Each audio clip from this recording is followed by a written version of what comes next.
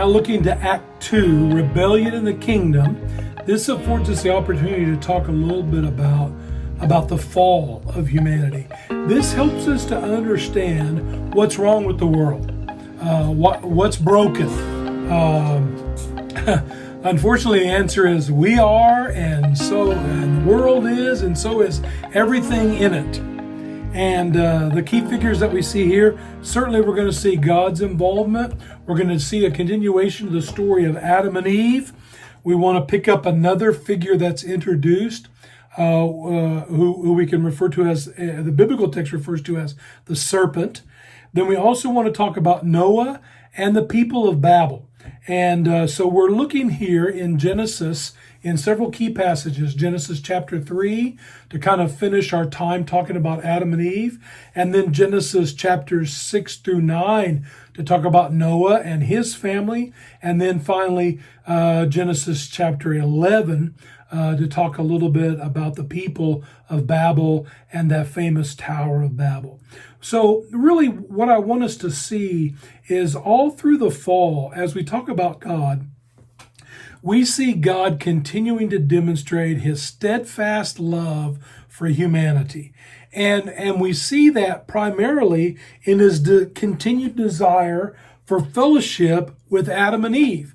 And even as the fall takes place, and even as humanity rebels against God, he looks down and he sees Noah, as a person who is worthy of his love, and trying to be obedient and following the teachings of the Lord.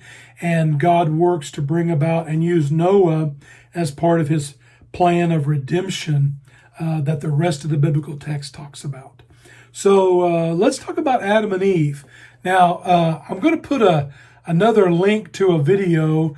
I'll put this video link. I'll put it down below this one in the attend section. But it's just a funny little sketch by a couple guys known as the Skit Guys, and I think I can link to it. I don't think it's a violation of the copyright. I'll double check and figure it out. But they do a great little, very comical story about the fall and Adam and Eve, but they highlight some of the key themes and things that take place in a very approachable, humorous way. The big deal that we see with Adam and Eve is that Adam and Eve, what we see in Adam and Eve, as they're created in the image of God, like we talked about earlier, they're given the freedom to choose. They're given the freedom to choose obedience or disobedience. And both of those are within the skill set that God has given them and us in a little bit in a different way, but then and us as well. I love what Goheen and Bartholomew say on page 24. They wrote, Adam and Eve are fully and wonderfully human as they live out their freedom under God's reign. They flourish in a posture of submissive obedience. The temptation they face through the serpent is to assert their autonomy, to become themselves the source for determining right and wrong, rather than relying on God's word for direction. End quote. That's on page 24 in our textbooks. And so a lot of times we know a part of the story of Adam and Eve and the serpent, and sometimes we don't always value it as much as we should, but we learn a lot about how we fell and what are the basic effects of the fall from this story. So Adam and Eve are in the garden, and they've been told that they can do whatever they want in the garden. They can eat from any tree in the garden except for the tree of the knowledge of good and evil, and they are to not eat from that tree. God doesn't say the fruit doesn't taste good. God just tells them, I'm giving you an order to not do this. That's why I like what Goheen and Bartholomew said in that quote. how do we know right and wrong? How do we know what is right, what is good, what is wrong, what is evil? God's word is our best source. It's not based on us. It's not based on our feelings. It's not based on our thoughts. It's not based on our past behaviors.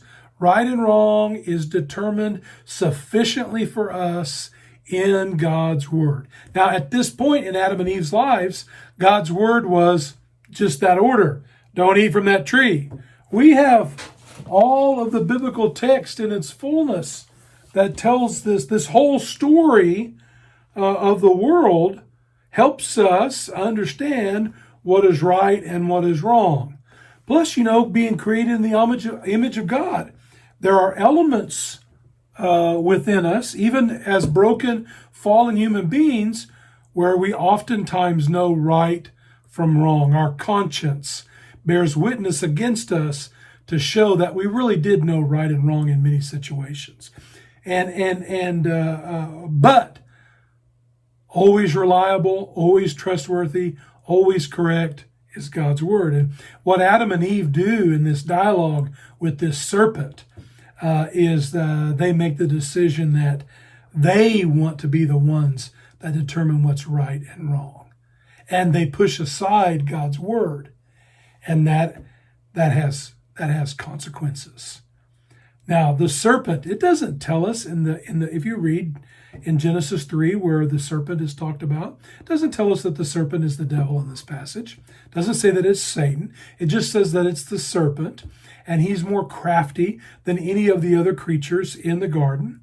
Now, when you read in the rest of the biblical text, we certainly can look in hindsight and see that, yes, this is clearly the devil, and if it's not the devil, it is one of his key agents helping us question and challenge what God says and scrutinize it in order to get us to move away from what God says.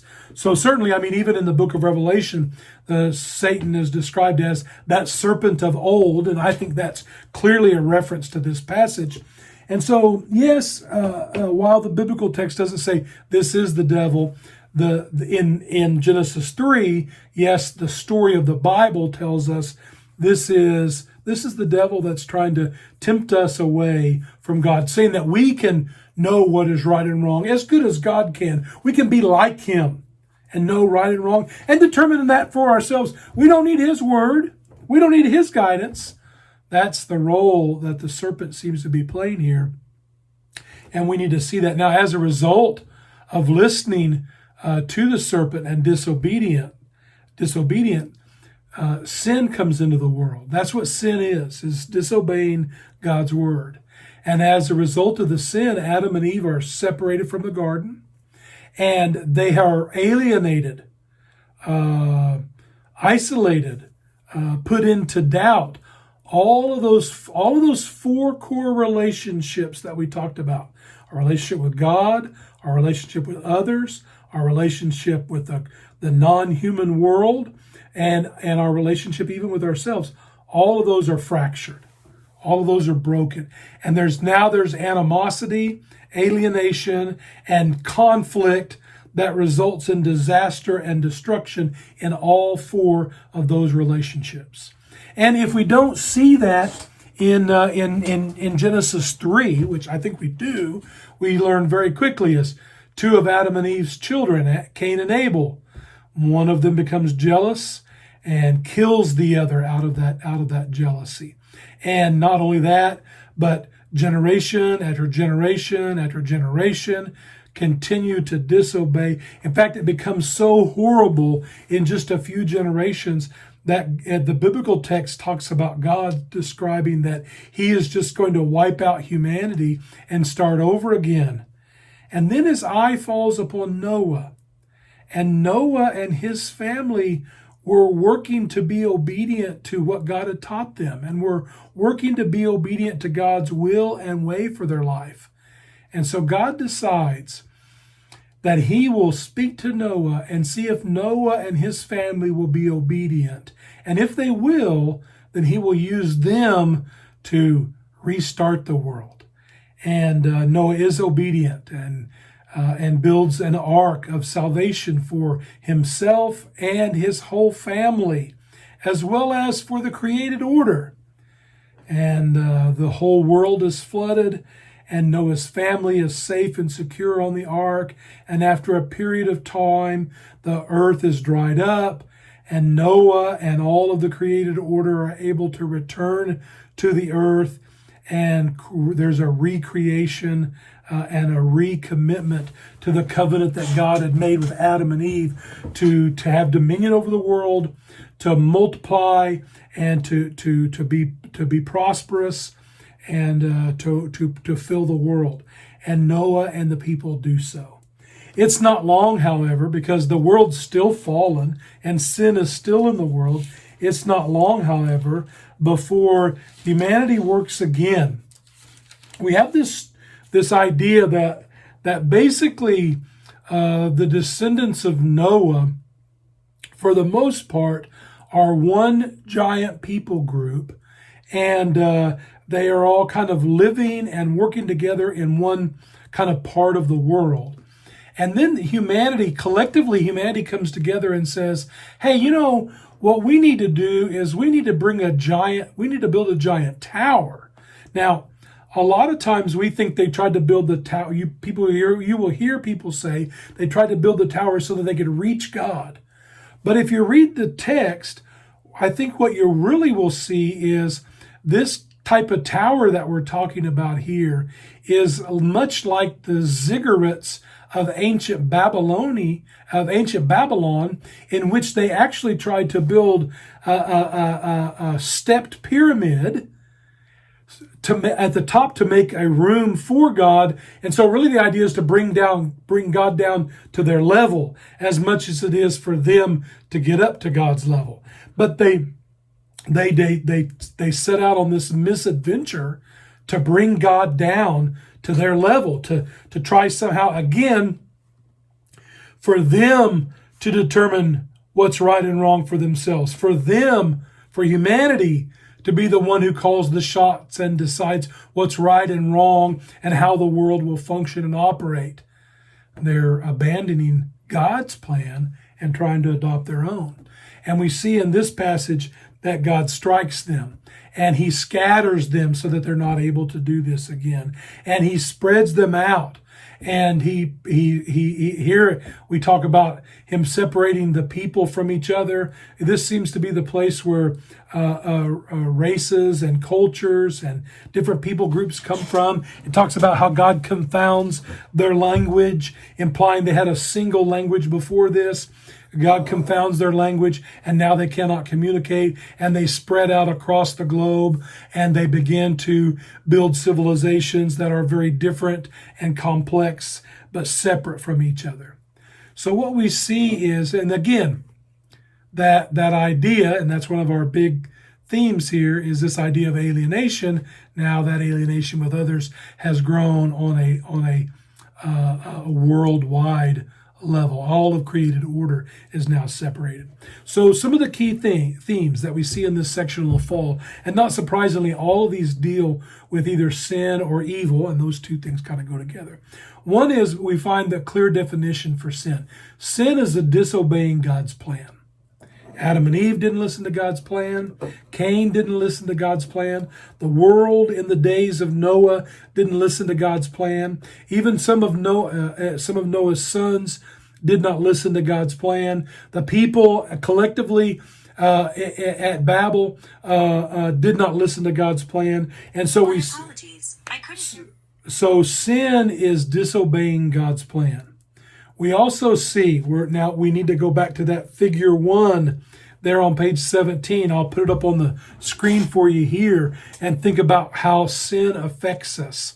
Since we're made and created to maintain 4 healthy relationships, sin alienates us further from those 4 relationships. It alienates us from God. It alienates us from our fellow human beings. It furthers the divide between human creation and non-human creation, and it even causes internal problems for us. our understanding of ourselves, our view of ourselves. So we could think of these issues related to maybe, well, in our day and time, we talk about mental health or our thought world or our emotional health or our social IQ. Sin breaks that too, causes alienation with ourselves. We also see in this section that if we want to know where does evil come from, because evil doesn't come from God, we can see that evil has three primary sources. In fact, I think probably in almost all cases, I can't think of an exception, maybe you can, that evil comes from one of three places. It either comes from Satan. We see that in the Garden of Eden through the serpent that calls us to question God's law, God's person, God telling us what is right and wrong. Or it comes from ourselves. This is what we see in Adam and Eve and their choice to eat the fruit, even though they knew better. This is what we see in the choice that Cain made. God even warned Cain. Listen, God told Cain back there in chapter 3, sin is crouching at your door, waiting to take a hold of you, waiting to devour you. God warned him, and he did it anyway. So it's humanity. And I just want to say at this point, most of the time, we like to say the devil made me do it, but most of the time, sin is our own fault. We're tempted by our own lust, by our own desires, by our own thoughts. And listen, when sin does that, it'll take us away, the best of us. We also have another source for evil in our world today as well. And that's the broken, sinful, created order. Just like we saw in the story of Adam and Eve and their separation from the garden, as we read that for this section. There is now conflict. It talks about there's conflict or hostility between the woman and the serpent. The serpent will bite at her heel and she will crush the serpent under her heel. There's conflict there. We see that childbirth is now done through pain and difficulty.